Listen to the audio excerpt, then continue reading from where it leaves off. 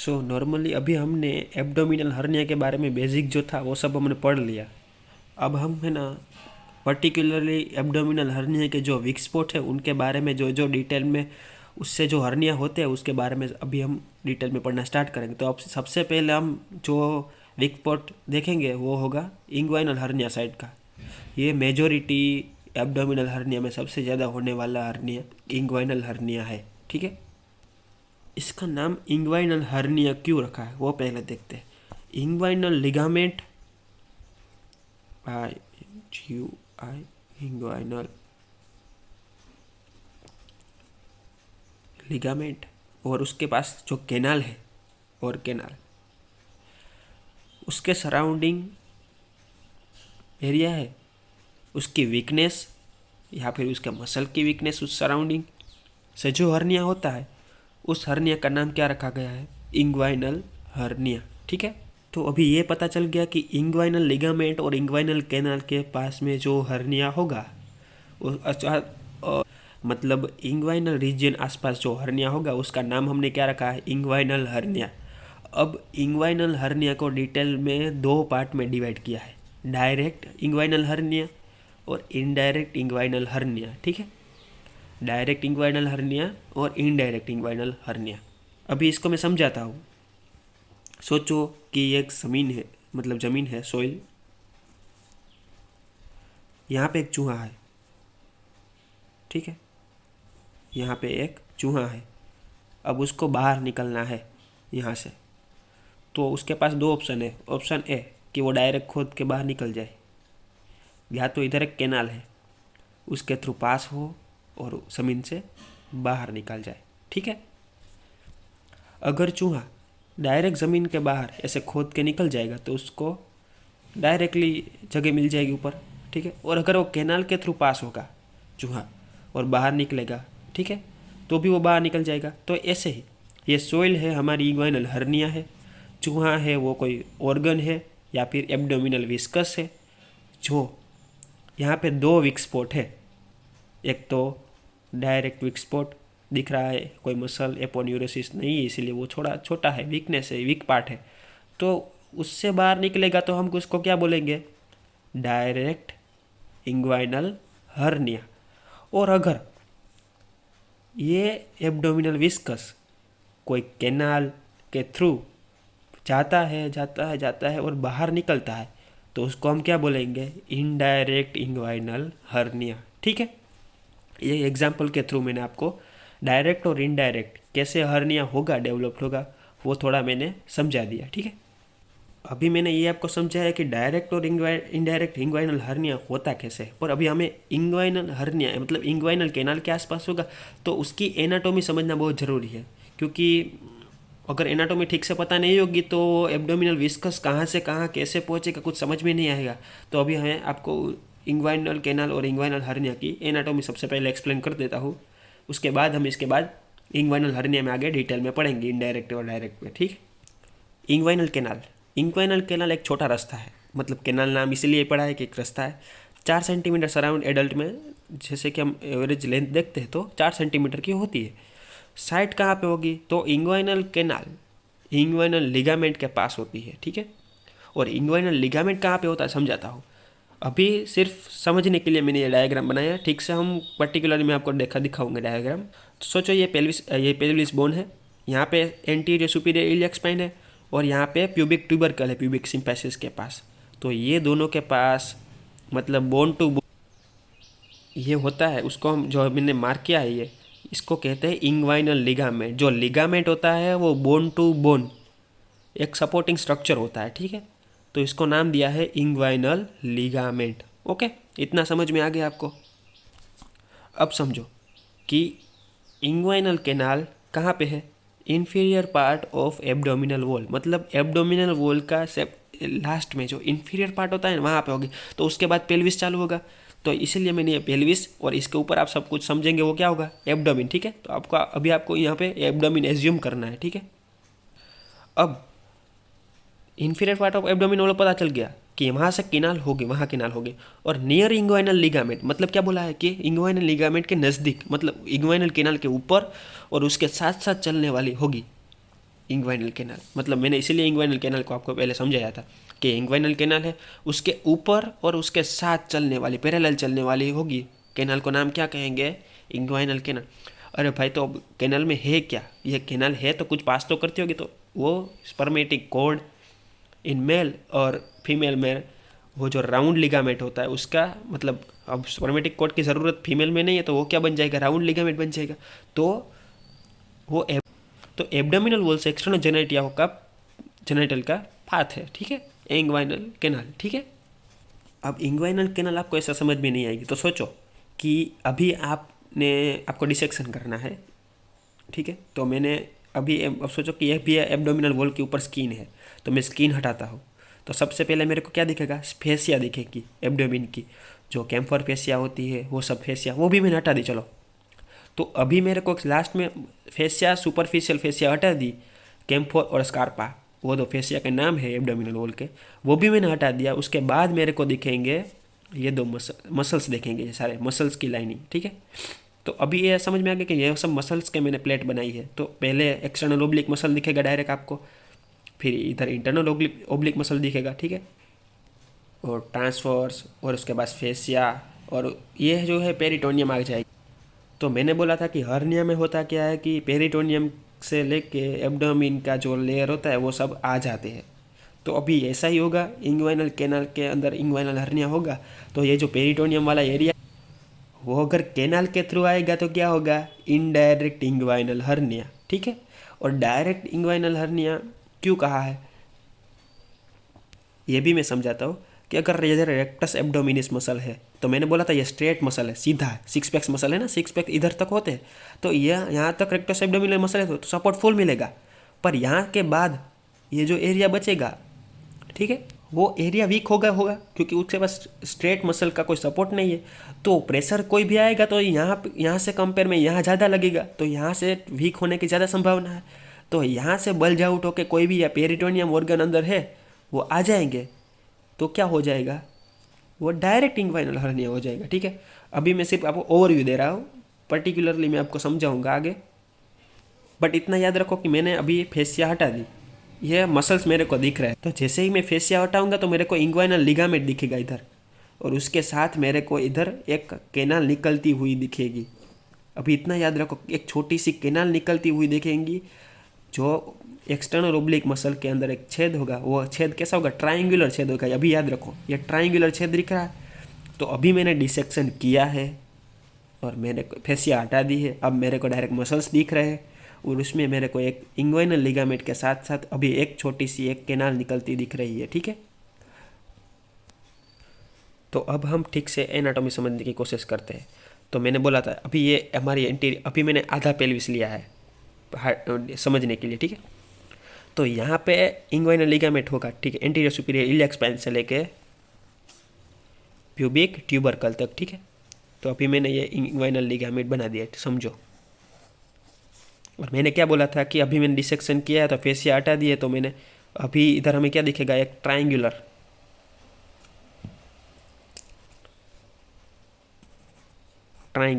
ऐसा ट्राइंगुलर में एक कैनाल निकालती हुई दिखेगी, ठीक है, एक कैनाल निकलती हुई दिख रही है, ठीक है। सेम टू सेम इधर भी होगा, पर अभी बहुत थोड़ी बड़ी हो गई है, मतलब छोटी समझ, अभी डायग्राम इतना मत जाओ, ये कैनाल निकलती हुई दिखेंगी एक छोटी सी, जिसको हम कैनाल इंग्वाइनल कैनाल बोलते हैं।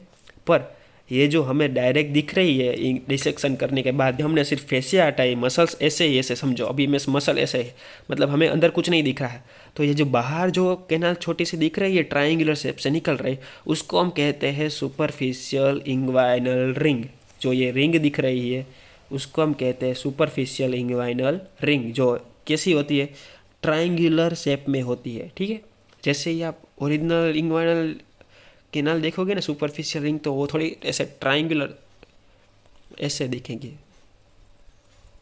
इधर से निकलती है, ठीक है। तो ये जो रिंग है ना, मतलब कुछ तो होगा ना इधर, तो ये सब जो होता है ना, ये होता है, मतलब सबसे पहला मसल होता है एक्सटर्नल ओब्लिक मसल्स, ठीक है। तो एक्सटर्नल ओब्लिक मसल क्या करता है कि वो रिब से निकलता है और इंसर्शन क्या होता है इधर इलियाक क्रेस्ट में और इधर सब होता है। इतना समझ में आ रहा है। तो वो सब फाइबर्स होते हैं ना, वो एपोन्यूरोसिस होते हैं। एपोन्यूरोसिस मतलब क्या, इंसर्शन होता है तो वो सब इधर एक छेद होता है, मतलब एक ओपनिंग होता है, तो वो एक्सटर्नल ओब्लिक मसल्स का ओपनिंग होगा उधर इधर। तो एक्सटर्नल ओब्लिक मसल्स इधर ट्राइंगुलर शेप में एक रिंग बनाता है, तो वहाँ से एक कैनाल निकलती है, वो पैसेज बनाता है। ठीक है, तो अभी आपको ये समझ में आ रहा है कि अभी इधर क्या है, एक एक्सटर्नल ओब्लिक मसल्स है। अभी मैंने ऐसा कट बनाया है। ठीक है, अब ये कैनाल आ रही है तो अंदर तो कहीं जा रही होगी, तो अंदर जाती है ना जैसे जैसे जैसे, तो अभी हम ऐसे कैनाल को अंदर ले लिया। ठीक है, तो ये कैनाल अंदर चली गई है। तो अभी आपको समझ में आ रहा है कैनाल कैसे जा रही है। इन्फीरियर मतलब नीचे जा रही है, और मीडियली बेंड होके जा रही है, मतलब प्यूबिक सिम्पाइसिस के सराउंडिंग जा रही है। ठीक है, तो कैनाल स्टार्ट कहाँ से होती है, इन्फीरियर जाती है और मीडियली प्यूबिक ट्यूबरकल के पास चली जाती है। ठीक है, तो अब कोई कैनाल होगी। अभी उसका मैंने कहा था कि अभी मैंने डायरेक्ट मैंने डिसेक्शन किया है और डायरेक्ट मेरे को फेसिया दिख रही है, तो अभी मैंने जो देखा है वो क्या होगा, उसका एंटीरियर पार्ट होगा। ये कैनाल है, ये कैनाल को 3D में विजुअलाइज करो, तो ये उसका क्या होगा, एंटीरियर पार्ट होगा। तो एंटीरियर पार्ट किससे बनेगा, एक्सटर्नल ओब्लिक मसल से और इंटरनल ओब्लिक का कुछ पार्ट। ठीक है, सोचो मैंने एक ये कैनाल, मेरी पेन है, ये कैनाल है, ये ऐसे ही जा रही है, तो ऊपर जो होगा वो क्या होगा, रूफ होगा, और नीचे जो होगा वो फ्लोर होगा। ठीक है, इतना समझ लो। तो ये इंग्वाइनल कैनाल के जो आसपास होता है वो सब क्या होगा, उसका रूफ होगा, ऊपर जो कवर करता है, और जो नीचे बेस कवर करता है उसको क्या कहते हैं, फ्लोर। तो मैंने बोला था कि इंग्वाइनल कैनाल पैरेलल किससे चलती है, इंग्वाइनल लिगामेंट के। तो सपोर्ट कौन देती है, इंग्वाइनल लिगामेंट। तो इसलिए फ्लोर का कुछ पार्ट कौन बनाएगा, इंग्वाइनल लिगामेंट। ठीक है, और रूफ का पार्ट कौन बनाएगा, एक्सटर्नल ओब्लिक मसल्स के बाद जो होती है इंटरनल ओब्लिक मसल्स, फिर ट्रांसवर्स मसल्स, ट्रांसवर्स फेसिया होती है, यहाँ से ये कैनाल चालू होता है। ठीक है, ट्रांसवर्सालिस फेसिया एक फेसिया होती है, वहाँ से ये कैनाल स्टार्ट होता है। ठीक है, तो ये बाकी अंदर इसके बाद क्या आएगा, पेरिटोनियम आ जाएगा। ठीक है, वहाँ से जो ऑर्गन से कोई वेसल्स मतलब स्पर्मेटिक कोड आ रही है, और वो पेरिटोनियम के बाद ट्रांसवर्सालिस, ये अभी मैंने जो दिखाया है, ये एक लेयर दिखाया है, वो क्या है, ट्रांसवर्सालिस फेसिया है। स्पेलिंग पास में लिख रहा हूँ इसलिए ऐसा समझ लो कि ये ट्रांसवर्सालिस फेसिया है। तो ये जो मैंने दिखाया है पेरिटोनियम से पहले ट्रांसवर्सालिस फेसिया है, वो एक छोटा ओवल ओपनिंग बनाएगी। क्या बनाएगी, अभी यहाँ से कैनाल निकलेगी। ठीक है, ये internal oblique muscles, transverse muscles, उन सब को पास करेगी। अभी मैंने इधर रेक्टस एब्डोमिनस क्यों नहीं बोला, क्योंकि रेक्टस एब्डोमिनस हमारा स्ट्रेट मसल है। ठीक है, तो स्ट्रेट मसल है मतलब वो सिक्स पैक देखते हैं ना, सिक्स पैक, तो वो अमुक मतलब बीच में ही होते हैं ना, तो बीच के बाद उसका ख़त्म हो जाता है, मतलब वो हमारा स्ट्रेट मसल है। ठीक है, तो ये जो इतना पार्ट होता है ना, वो रेक्टस एब्डोमिनस का पार्ट होता है। ठीक है, इतना समझ लिया। और यह जो डीप इंग्वाइनल रिंग है, तो उनको ये सब मसल्स कवर करते हैं, तो इधर रेक्टस एब्डोमिनस को कोई आएगा ही नहीं रोल। तो ये डीप इंग्वाइनल रिंग यहाँ से स्टार्ट होती है, कहाँ से, मैंने नाम बोला ट्रांसवर्सालिस फेसिया। तो इसका पोस्टीरियर वॉल मतलब पीछे का स्टार्टिंग, अभी इधर पोस्टीरियर वॉल कौन बनाएगी,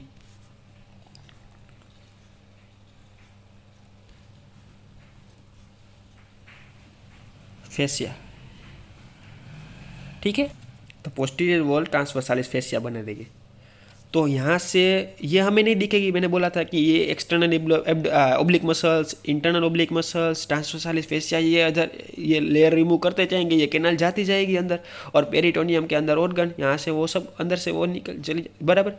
तो स्पर्मेटिक कोड इधर आती है और इधर कैनाल बनाती है, और उसके साथ जो भी एक्सटर्नल जेनेटिक का सपोर्टेड जो भी पार्ट होता है स्पर्मेटिक कोड के साथ, तो वो सब लोग इधर से निकलते हैं और इधर सुपीरियरली हमें दिखते हैं, सुपीरियर इंग्वाइनल कैनाल, पर डीप ऐसे हटा हटा के हमें देखनी पड़ती है। ठीक है, इसलिए जो भी हमें डायरेक्ट डिसेक्शन करके मतलब जो फेसिया हटाई, डायरेक्ट हमें जो इंग्वाइनल लिगामेंट के साथ जो ओपनिंग दिखाई दिया, तो वो क्या होगा, हमारा सुपरफिशियल इंग्वाइनल कैनाल। और जो हम एक्सटर्नल ओब्लिक मसल्स, उसके बाद इंटरनल ओब्लिक, लास्ट में ट्रांसवर्सालिस फेसिया से जो ओवल ओपनिंग से जो कैनाल निकलती थी और उधर सुपरफिशियल में ओपनिंग हुई, तो इतना पार्ट को हम क्या बोलेंगे, डीप इंग्वाइनल रिंग। ठीक है, समझ में आ गया। यानी कि पूरी के पूरी इंग्वाइनल कैनाल है, ये सुपरफिशियल इंग्वाइनल कैनाल और डीप इंग्वाइनल कैनाल ऐसे फॉर्म होती है। इसको 3D में समझोगे तो ही ये समझ में आएगी। अब इससे हर्निया कैसे होता है, तो मैंने बोला था इनडायरेक्ट हर्निया कैसे हो पैदा होगा, कैनाल के थ्रू, मतलब डायरेक्टली बल्ज आउट नहीं होगा। मैंने बोला था लास्ट में यहाँ पर ट्रांसवर्सालिस फेसिया थी जो कैनाल को ओवल ओपनिंग से निकाल रही थी। इसके बाद पेरिटोनियम था, तो इतना प्रेशर बढ़ता रहेगा कि कोई ना कोई पार्ट इस कैनाल के थ्रू अंदर चला जाएगा।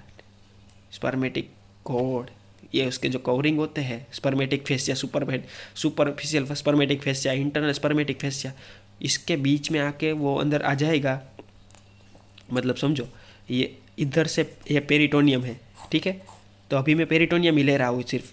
ये पेरिटोनियम इसके अंदर से निकलते बल्ज आउट होगा सुपरफिशियल, डीप से लेके सुपरफिशियल तक। ठीक है, तो ये इनडायरेक्टली हुआ, डायरेक्ट तो नहीं बल्ज आउट हो गया, तो ये कैनाल के थ्रू बल्ज आउट हुआ, इसीलिए हम कहेंगे indirect inguinal hernia. Concept clear है। और अब डायरेक्ट मैंने बोला है तो कोई वीक पार्ट होगा, तो मैंने बोला था कि वीक पार्ट कौन सा हो सकता है, एपोन्यूरोसिस होता है। यहाँ पे सब मसल ही है, ये एब्डोमिनल वॉल है, अभी हमें एब्डोमिनल वॉल ही देखो, ये एक्सटर्नल ओब्लिक मसल है, सोचो इसके नीचे इंटरनल ओब्लिक मसल है, ट्रांसवर्सालिस मसल है, तो ये रेक्टस एब्डोमिनस है, ये स्ट्रेट मसल का सपोर्ट है, स्ट्रेट मसल का सपोर्ट है, तो ये अभी भी स्ट्रॉन्ग पार्ट होगा। पर इसके बाजू में जो पार्ट होगा तो ये रेक्टस एब्डोमिनिस मसल थी, इसका ये लेटरल पार्ट हो गया। इसके बाद का जो पार्ट है वो सिर्फ स्ट्रेट मसल से सपोर्टेड नहीं है, तो ये इसके कंपेयर ये वीक है। ठीक है, इंग्वाइनल कैनाल है, उसके बाजू में ये दो आर्टरी जाती है, सुपीरियर और इन्फीरियर। ठीक है, तो ये इन्फीरियर एपिगेस्ट्रिक आर्टरी है, ये समझो, ये इन्फीरियर एपिगेस्ट्रिक आर्टरी है और ये लेटरल एब्डोमिनल वॉल है। तो ये जो जगह बनी है ये इंग्वाइनल लिगामेंट है, तो ये ट्राइंगल बना है फिर से एक, तो ये ट्राइंगल को कहते हैं हेसल बेज ट्राइंगल। ठीक है, ये इन्फीरियर एपिगेस्ट्रिक आर्टरी थी, ये लेटरल रेक्टस एब्डोमिनिस था और नीचे इंग्वाइनल लिगामेंट। तो ये जो पार्ट है ना वो थोड़ा वीक पार्ट होता है, मतलब कोई प्रेशर आया तो इसके कंपेयर टू यहाँ ज़्यादा प्रेशर लगेगा तो ये वीक हो जाएगा और यहाँ से डायरेक्टली बल्ज आउट हो जाएगा एब्डोमिनल, कोई भी विस्कस हो, टिश्यू हो, तो ये इसके थ्रू डायरेक्ट बल्ज आउट होगा। तो ये ट्राइंगल को कहते हैं हेसल बेज ट्राइंगल। ठीक है, तो हेसल बेज ट्राइंगल एक ट्राइंगल है जिसका नीचे का पार्ट इंग्वाइनल लिगामेंट बनाता है, एक पार्ट इन्फीरियर एपिगेस्ट्रिक आर्टरी एक बॉर्डर बनाती है और एक border lateral side of rectus abdominis बनाती है। तो ये पेल्विस के एक पार्ट मैंने दिखाया जो एक साइड का वीक है थोड़ा, तो मैंने बोला था हर्निया पॉसिबिलिटी कहाँ पे है कि वीक पार्ट पे ही होगी, तो ये एक वीक पार्ट होगा। अगर इसको डायरेक्ट ही वीक करके मतलब डैमेज करके बाहर निकलेगा कोई भी एब्डोमिनल ऑर्गन तो डायरेक्ट इंग्वाइनल हर्निया कहेंगे। और अगर इसको समझो कि कैनाल के थ्रू निकलेगा इनडायरेक्टली तो इसको हम क्या कहेंगे, इनडायरेक्ट इंग्वाइनल हर्निया। अब आपको कॉन्सेप्ट क्लियर हो गया है कि डायरेक्ट किसको कहेंगे, इनडायरेक्ट किसको कहेंगे। ठीक है, तो अभी हम इनडायरेक्ट इंग्वाइनल हर्निया मैंने बता दिया कि कैसे होता है। तो एनाटॉमी में देखा था, अभी मैंने इंग्वाइनल कैनाल की एनाटॉमी मैंने देखा था कि abdominal content deep inguinal rings है, सुपरफिशियल इंग्वाइनल रिंग पास करके जो निकलता है उसको हम क्या बोलेंगे, इनडायरेक्ट इंग्वाइनल हर्निया। ठीक है, अब इनडायरेक्ट इंग्वाइनल हर्निया का मेन कोज क्या है पता है, कॉमन कोज जो मैंने आपको, जो एब्डोमिनल हर्निया है उसके कॉमन कॉज में मैंने बताया था कॉन्जेनिटल एनामोली रह जाती है, प्रोसेस ऑफ वजाइनालिस अगर बंद ऊपर की साइड जो होता है ना, पहले समझाता हूँ प्रोसेस ऑफ वजाइनालिस है क्या, और वो अगर क्लोज नहीं होती तो इनडायरेक्ट इंग्वाइनल हर्निया होने के ज़्यादा चांसेस रहते हैं। और प्रोसेस ऑफ वजाइनालिस दोनों साइड होती है, राइट साइड और लेफ़्ट साइड, जो दो टेस्टिस होते हैं उसके हिसाब से। तो मोस्टली चांसेस है कि राइट साइड हो, क्यों? क्योंकि राइट साइड का टेस्टिस लेट आता है नीचे स्क्रोटम में, तो प्रोसेस ऑफ वजाइनालिस क्लोज्ड होने का चांसेस कम हो जाता है, मतलब इन कंपेयर टू लेफ्ट। तो लेटर डिसेंट के कारण राइट साइड का टेस्टिस का प्रोसेस ऑफ वजाइनालिस परसिस्ट रह जाएगा, तो ये मेन कोज हो जाएगा और कॉमन कोज हो जाएगा इनडायरेक्ट इंग्वाइनल हर्निया का। ठीक है, तो अभी तो जैसे कि मैंने कहा था कि इनडायरेक्ट इंग्वाइनल हर्निया का एक कॉन्जेनिटल फैक्टर है कि जो प्रोसेस ऑफ वजाइनालिस है ना, वो आगे जाके क्लोज नहीं होता है। अभी आप लोगों को बाद में कई बार एक बार ऐसा सवाल आएगा कि 4 सेंटीमीटर की है ये इंग्वाइनल कैनाल, और पेरिटोनियम और अंदर एब्डोमिनल ऑर्गन तो बहुत बड़े हैं, फिर भी ये अंदर कैनाल के अंदर कैसे जा सकते हैं? तो इसका कारण भी ये प्रोसेस ऑफ वजाइनालिस है। जैसे बेबी का मतलब जो राइट टेस्टिस होता है, मोस्टली अभी हम राइट टेस्टिस इसीलिए ले रहे हैं क्योंकि वो लेट डिसेंड होता है in compare to left testis. तो जैसे ही टेस्टिस नीचे आ जाता है बराबर, तो क्या होता है कि जो उसकी वजाइनालिस होती है, ट्यूनिका वजाइनालिस, वो लेयर ऊपर जाके प्रोसेस ऑफ वजाइनालिस बनाता है, क्योंकि और उसकी अभी कोई ज़रूरत नहीं, तो वो क्या होता है धीरे धीरे क्लोज हो जाता है। अगर वो क्लोज नहीं हुआ तो क्या बनेगा? स्पेस बन जाएगी बिटवीन टेस्टिस और इंग्वाइनल कैनाल के बीच में, वो स्पेस बनेगी और वो स्पेस खुली रहेगी। इसका मतलब है आज नहीं तो कल उस स्पेस में ज़्यादा प्रेशर आएगा, तो क्या होगा कि कोई भी कंटेंट होगा वो उसके अंदर जाता रहेगा और जाता रहेगा, मतलब वो टेस्टिस तक पहुंच सकता है, मतलब टेस्टिस तक, ठीक है, स्क्रोटम पूरा कवर कर सकता है।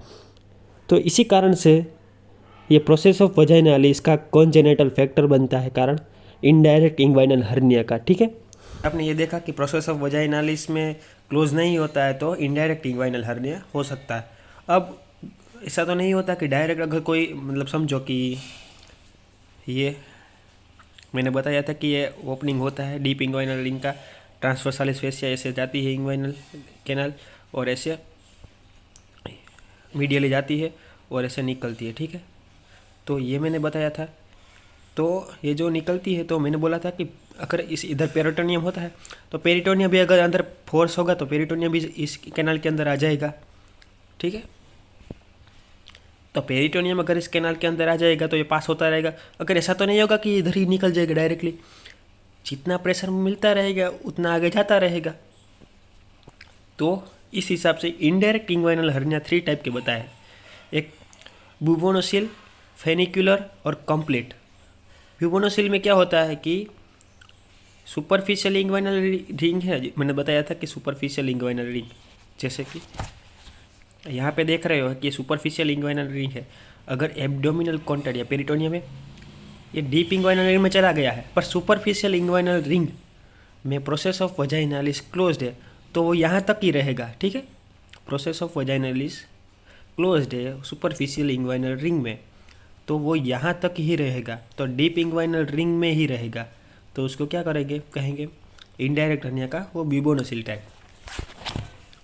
अब फेनिकुलर आया, अब सोचो कि वो सुपरफिशियल इंग्वाइनल रिंग में भी चला गया। अब यहाँ पे क्या होगा, हमारा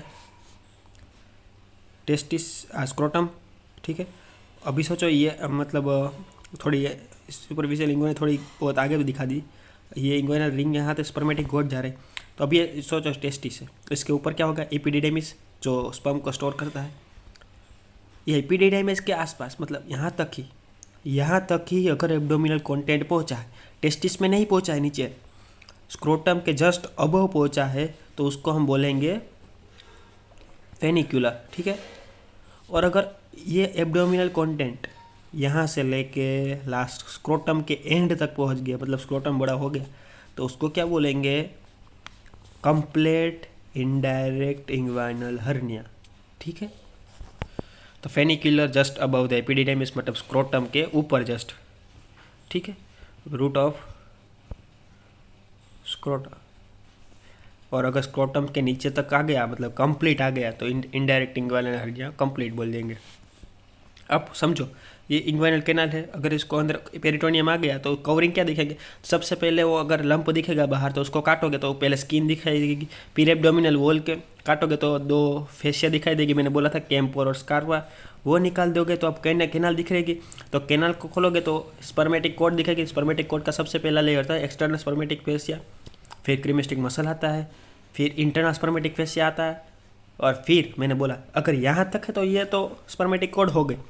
पर अगर इसके नीचे अगर हमें पेरिटोनियल फैट दिखता है और इसके अंदर पेरिटोनियम दिखता है तो इसका मतलब क्या है कि ये हर्निया डेवलप हो चुका है, इस डीप और सुपरफिशियल इग्वाइनल रिंग के थ्रू बाहर निकल रहा है, इसीलिए हम उसको क्या बोलेंगे, इनडायरेक्ट इंग्वाइनल हर्निया। ओके, तो यहाँ तक इनडायरेक्ट इंग्वाइनल हर्निया मैंने समझा दिया। अभी हम डायरेक्ट की तरफ चलते हैं।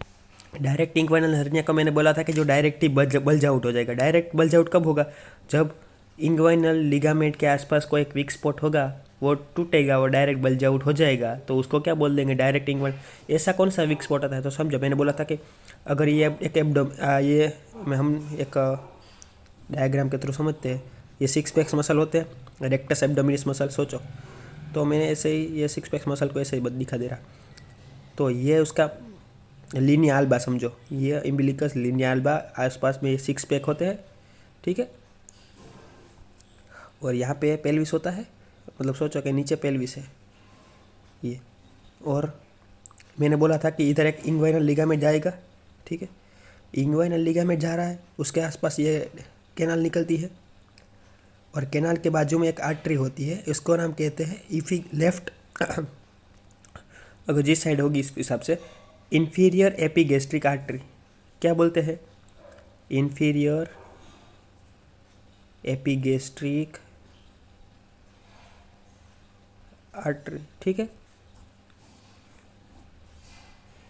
और ये बॉर्डर होगी, ये रेक्टस एब्डोमिनिस होता है, उसका लेटरल साइड होगी, तो और नीचे क्या होगा, इंग्वाइनल लिगामेंट, तो नीचे इंग्वाइनल लिगामेंट, इस साइड की बॉर्डर लेफ्ट एपिगेस्ट्रिक आर्टरी, ठीक है, और यहाँ पे जा रही होगी ऐसे, और ये lateral side of rectus abdominis. तो रेक्टस एब्डोमिनिस एक स्ट्रेट मसल, और यहाँ पे बाकी सब हो गए जो मसल्स, वो हो गए एक्सटर्नल ओब्लिक मसल, ये सब transverse muscle, ट्रांसवर्सालिस muscle, internal oblique muscle, ये स्ट्रेट नहीं, तो ये स्ट्रेट मसल है, तो इसका सपोर्ट मिल रहा है इधर बहुत ज़्यादा सपोर्ट मिल रहा है कंपेयर टू यहाँ का, तो ये एरिया इसके कंपेयर वीक है।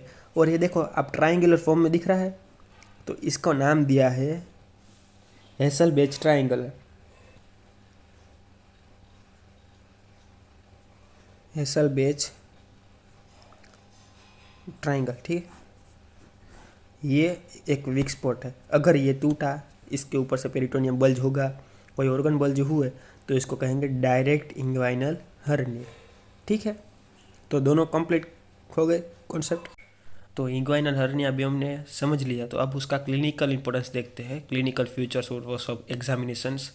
तो क्लिनिकली हमें ये जो हर्निया है ना, उसकी क्लिनिकल एग्जामिनेशंस बहुत ज़रूरी है, क्योंकि वो डायग्नोस्टिकली उसका ज़्यादा से ज़्यादा इम्पोर्टेंस क्लिनिकल एग्जामिनेशन से हमें पता चल जाएगा कि उसका कौन सा हर्निया है, कौन सा टाइप का हर्निया है।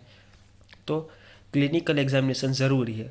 तो उनसे पहले हम थोड़ा हिस्ट्री लेते हैं कोई भी पेशेंट की, तो हर्निया कैसे है, कौन सा है, पता चल सकता है कैसे।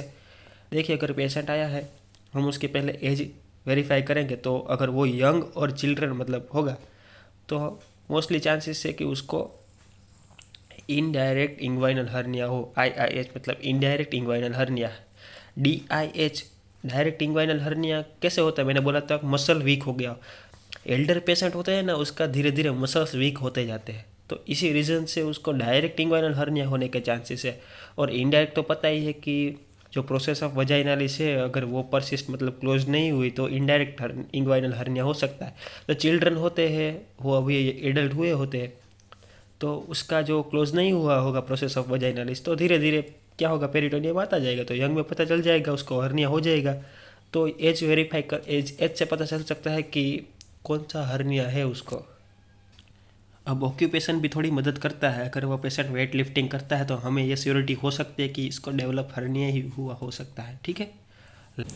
पास्ट हिस्ट्री से भी हम पता लगा सकते हैं कि पेशेंट को इंग्वाइनल हर्निया कैसे है। जैसे कि अगर हम पास्ट हिस्ट्री में पूछते हैं कि पेशेंट को कि उसका टेस्टिस लेट डिसेंड हुआ था, तो पता चल जाएगा कि अगर उसको मेजोरिटी चांस हो सकते हैं कि उस साइड इनडायरेक्ट इंग्वाइनल हर्निया हो, और अगर उसने एपेंडेक्टोमी करवाई हो पता है, तो उस साइड के मसल्स इंसिजन हुए होंगे तो थोड़ा वीक होगा, तो इंग्वाइनल हर्निया होने के चांस है। अब दूसरी चीज़ तो ये इम्पोर्टेंट है कि अगर पेशेंट बोलेगा कि उस साइड उसको पेन होता है, थोड़ा लंप दिखाई देता है, और उसके साथ अगर हर्निया के कॉन्टेक्ट इंटेस्टाइन या पेरिटोनियम कुछ आया है तो उसको ऑब्स्ट्रक्शन होता है बाउल में, कॉन्स्टिपेशन, जो प्रेशर बढ़ता है उसके कारण हर्निया डेवलप हुआ होता है तो कॉन्स्टिपेशन की भी होगी, एब्डोमिनल पेन हो रहा होगा, डिस्टेंशन हो रहा होगा, तो ये सब सिस्टमेटिक सिम्टम्स भी दिख सकते हैं। ठीक है, ये सिम्टम्स दिखते हैं हर्निया में। ओके, अब हमें पता चल चुका है कि पेशेंट ऐसी कंप्लेन लेके आया है, तो अभी हमारा पहली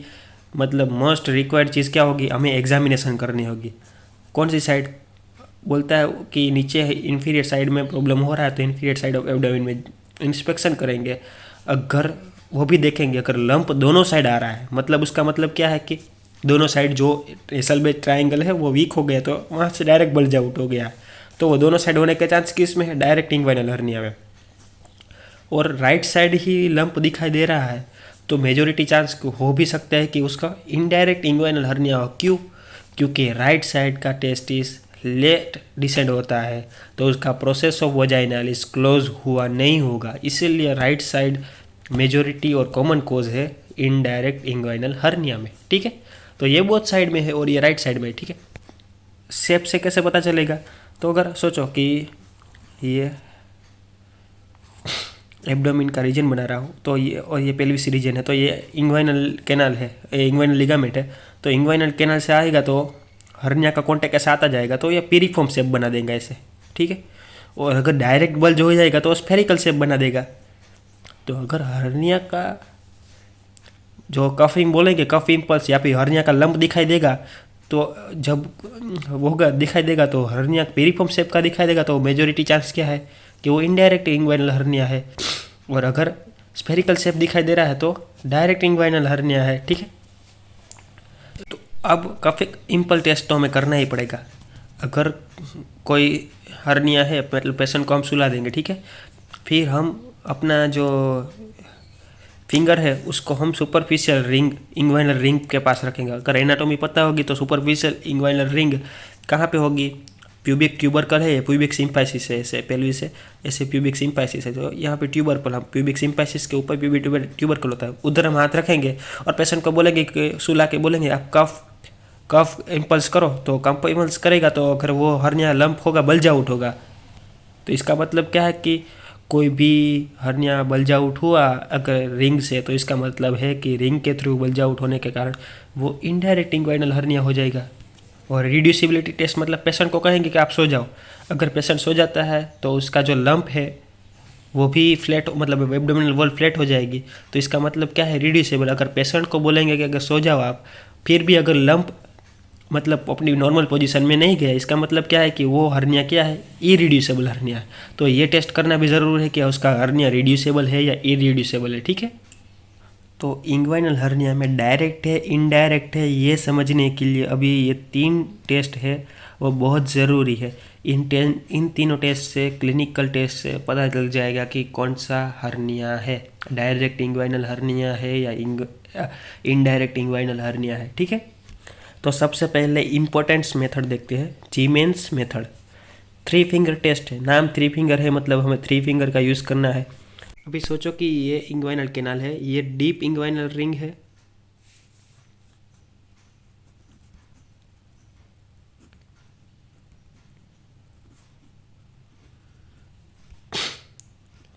और ये सुपरफिशियल है। ठीक है, और नीचे अगर हो इंग्वाइनल लिगामेंट इसके पैरेलल जा रहा है तो इसके नीचे फीमोरल, तो फीमोरल हर्निया। अभी सोचो कि फीमोरल हर्निया इधर होता है, ऐसे सोचो आप अभी, तो फीमोरल हर्निया FH कर दिया है। ठीक है, अब जो जाइमेन 3 फिंगर टेस्ट है उसमें 3 फिंगर का यूज़, तो उसमें सबसे पहली फिंगर होगी इंडेक्स फिंगर, तो अपनी इंडेक्स फिंगर को इधर रखना है। ठीक है, सोचो कि अभी एक फिंगर इधर रखी है और मिडल फिंगर को, बीच वाली फिंगर है उसको इधर रखना है। ये का पता कैसे चलेगा कि सुपरफिशियल इंग्वाइनल रिंग इधर है, तो कोई भी प्यूबिक सिम्फाइसिस होगा उसके पास प्यूबिक ट्यूबरकल होगा।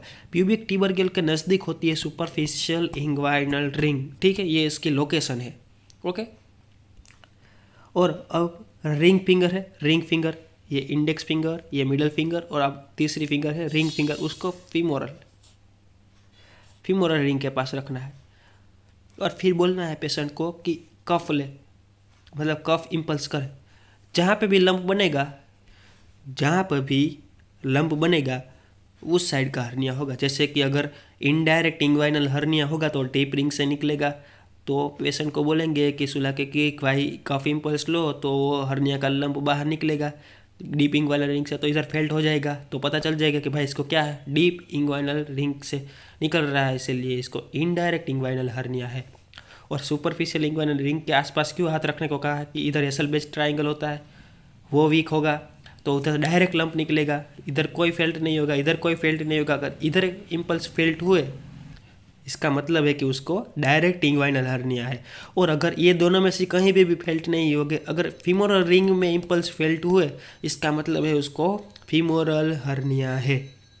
तो ये थ्री फिंगर टेस्ट की मदद से हमें पता लग सकता है कि उसको डायरेक्ट इंग्वाइनल हर्निया है, इनडायरेक्ट इंग्वाइनल हर्निया है, या फिर फीमोरल हर्निया है। ओके, तो जेमेंस थ्री फिंगर टेस्ट इसलिए यूज़ होता है। अब हम समझेंगे इंटरनल रिंग ओकल्सन टेस्ट। अभी नाम ही क्या है, इंटरनल रिंग ओकल्सन टेस्ट।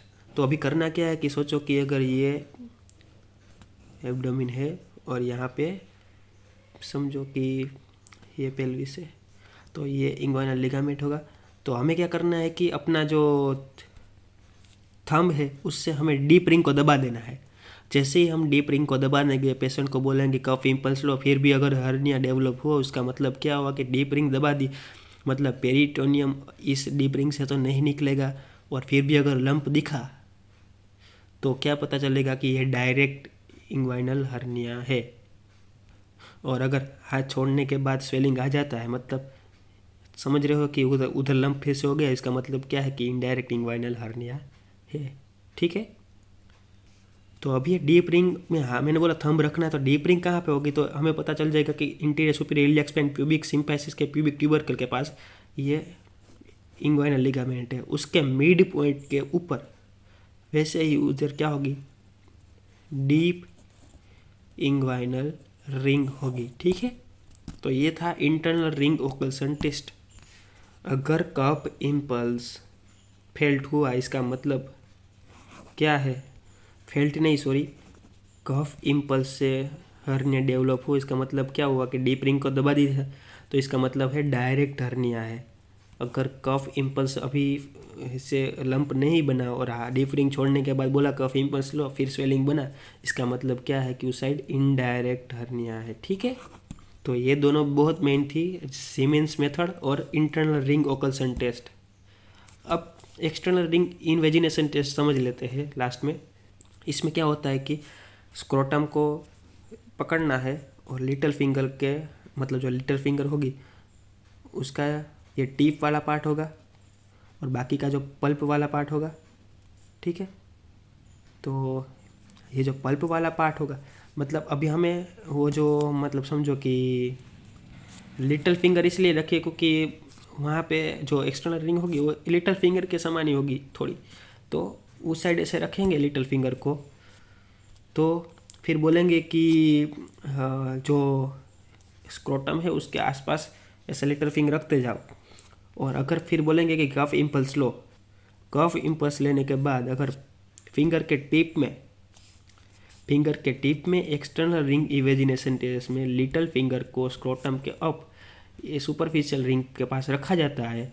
अगर पल्प, मतलब एक्सटर्नल रिंग, मतलब जो है हमारी लिटिल फिंगर, उसके टिप में फेल्ट हुआ, इसका मतलब है कि उसको इनडायरेक्ट इंग्वाइनल हर्निया है। और अगर पल्प में, मतलब ऊपर ही फेल्ट हो गया पल्प में ही, तो इसका मतलब क्या है कि वो डायरेक्ट ही फेल्ट हुआ, तो मतलब डायरेक्ट इंग्वाइनल हर्निया है। So simple. अगर उसके टिप में फेल्ट हुआ तो इनडायरेक्ट है, अगर पल्प में फेल्ट हुआ तो डायरेक्ट इंग्वाइनल हर्निया है। तो ये 3 बेसिक और ज़रूरी क्लिनिकल एग्जामिनेशन है इंग्वाइनल हर्निया को समझने के लिए। Zieman's method, internal ring occlusion test और एक्सटर्नल रिंग इवेजिनेशन टेस्ट।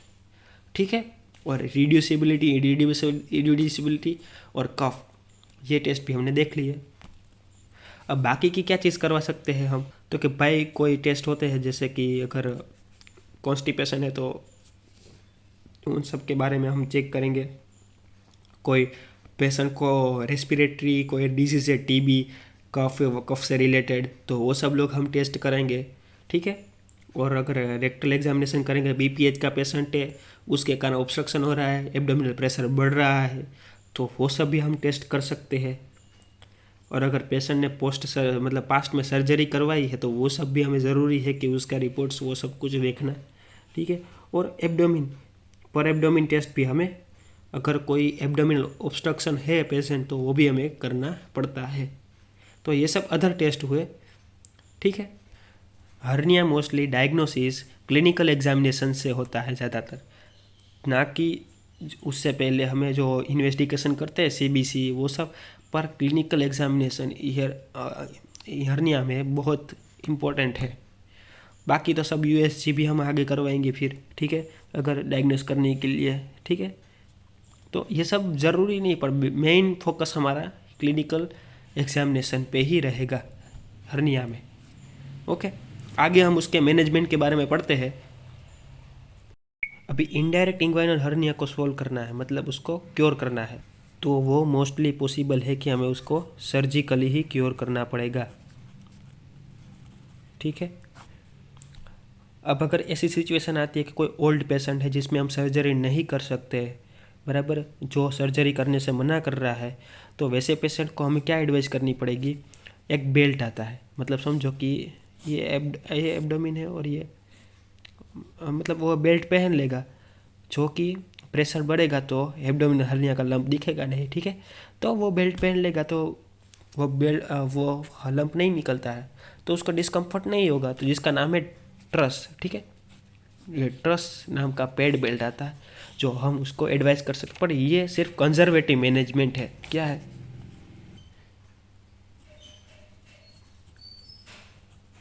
ये क्योर नहीं कर देगा, पर क्योर करने के लिए हमें सर्जरी ही करनी पड़ेगी। तो हम 3 टाइप की सर्जरी कर सकते हैं इंग्वाइनल हर्निया में, हर्नियोटोमी, हर्नियोराफी और हर्नियोप्लास्टी। अभी हम पहले हर्नियोटोमी समझते हैं। इसमें क्या होता है कि जो हर्निया का लंप बना है उसको हम लाइगेट मतलब इंसाइज कर लेंगे और हर्निया सैक को निकाल देंगे, और फिर क्या कर लेंगे, हम उसको रिपेयर कर लेंगे। पर इधर इंग्वाइनल कैनाल को हम कुछ नहीं कर रहे, जो वीक पार्ट है उसको हम कुछ रिपेयर नहीं कर रहे। जो हर्नियल लंप बना था उसको, जो हर्नियल सैक है, जो डेड टिश्यू है, हमने उसको निकाल दिए और फिर उसको हमने रिपेयर कर दिया ऐसे ही। पर इंग्वाइनल कैनाल को हमने कुछ नहीं किया। इसको क्या बोलेंगे, हर्नियोटोमी, मतलब सुला के स्पाइनल एनेस्थीसिया दे के हमने पेंटिंग करके उसको इंसिजन कर दिया, बराबर, इंग्वाइनल लिगामेंट के आसपास इंसिजन दे दिया हमने, पैरेलल इंग्वाइनल लिगामेंट के पैरेलल इंसिजन देने का।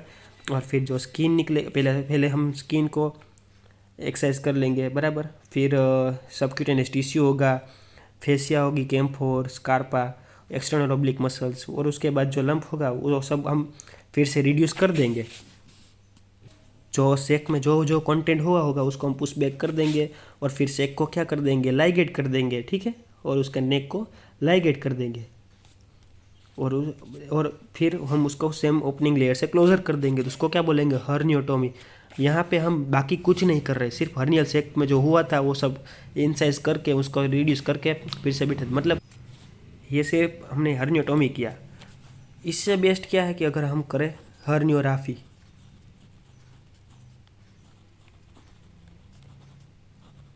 क्यों, क्योंकि हम इसमें क्या करेंगे, हर्नियोटोमी तो कर ही देंगे, पर उसकी पीछे वाली वॉल है, पोस्टीरियर वॉल, ठीक है, उसके साथ जो इंग्वाइनल लिगामेंट है, यहाँ का एरिया वीक हुआ है तो हम उसको सूचर कर लेंगे, ठीक है।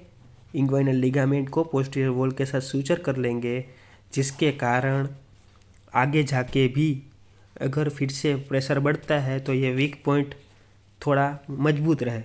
इसको बोलेंगे हर्नियोराफी। हर्नियोटोमी तो किया, पर उसके बाद हमने उसको आजू बाजू का मतलब इंग्वाइनल लिगामेंट है उसको पोस्टीरियर वॉल से हमने सूचर भी कर लिया, तो ये इससे बेटर होगा। और अगर इससे भी बेटर हमें करना है, ठीक है, तो हम हर्नियोटोमी तो करेंगे ही, क्योंकि पुश बैक तो करना ही पड़ेगा हर्नियल सेक को। और कंटेंट को। फिर हमने क्या किया, हर्नियोग्राफी भी कर ली, रिपेयर भी कर लिया। और फिर हम क्या करेंगे पता है कि अगर ये सोचो कि अगर यहाँ पे मैंने ये राफी कर ली, उसके बाद हम एक्स्ट्रा एक सपोर्टिंग स्ट्रक्चर डाल देंगे, ताकि अगर जगह ही बनेगी, प्रेशर नहीं बढ़ेगा। और इधर एक मतलब एक जाली जाली बिठा देते हैं, जिसको कहते हैं मेस, कहते हैं मेस, मेस बिठाना। वो मेस कौन सी क्या हो सकती है, 2 टाइप की हो सकती है। कोई स्किन का स्ट्रक्चर, मतलब कोई फ्लैप इधर डाल दिया और फिर ऊपर कवर कर दिया, या फिर अगर तो ये सब क्या हो गए, एनालॉगस मटेरियल हो गया। और अगर हेट्रोलॉगस मटेरियल चाहे, मतलब बाहर से बनाया हुई, तो हम उसको प्रोलिन शीथ, प्रोलिन मेस, इधर एक जाली बिठा देंगे, जो क्या करेगी, जैसे रेक्टस एब्डोमिनस स्ट्रेट मसल क्या करता है, बाकी को सपोर्ट देता है, वैसे ही हर्नियोप्लास्टी में प्रोलिन मेस को भी बिठा देंगे। तो वो क्या हो जाएगा, हर्नियोटोमी भी कर लिया, हर्नियोग्राफी भी कर लिया, ऊपर प्रोलिन मेस भी बिठा दी। इसको क्या बोल देंगे हम, हर्नियोप्लास्टी। मतलब हर्नियोटोमी में सिर्फ मतलब सेक को इंसाइज करके पुश बैक कर देते थे। हर्नियोग्राफी में क्या कर रहे हैं हम, स्ट्रक्चर को रिपेयर भी कर रहे हैं आजू बाजू के, और हर्नियोटोमी भी कर रहे हैं उसमें। पर हर्नियोप्लास्टी में क्या कर रहे हैं, हर्नियोटोमी तो कर रहे हैं, फिर रिपेयर भी कर रहे हैं, पर उसके प्लस हम प्रोलिन मेस को बिठा रहे हैं एज ए सपोर्टिंग स्ट्रक्चर तरीके। तो इसको क्या बोलेंगे, हर्नियोप्लास्टी। ओके, तो बेस्ट क्या है, हर्नियोप्लास्टी, जो मोस्टली यूज़ होता है हर्नियोप्लास्टी। ओके, तो ये 3 मैनेजमेंट होते हैं हर्निया के लिए। अब आपको समझ में आ गया होगा कि हर्निया में सर्जिकली ही हमें क्योर करना पड़ेगा, उसमें बेटर क्या है कि हम हर्नियोटोमी से अच्छा हर्नियोग्राफी करें, हर्नियोग्राफी से अच्छा हम हर्नियोप्लास्टी करें। तो जिस हिसाब से जैसा हर्निया होता है उस हिसाब से हम सर्जरी करेंगे। तो यहाँ तक हमने पूरा इंग्वाइनल हर्निया पढ़ लिया। अब आगे दूसरे हम हर्निया पढ़ेंगे। तो इंग्वाइनल हर्निया यहाँ तक था। Thank you.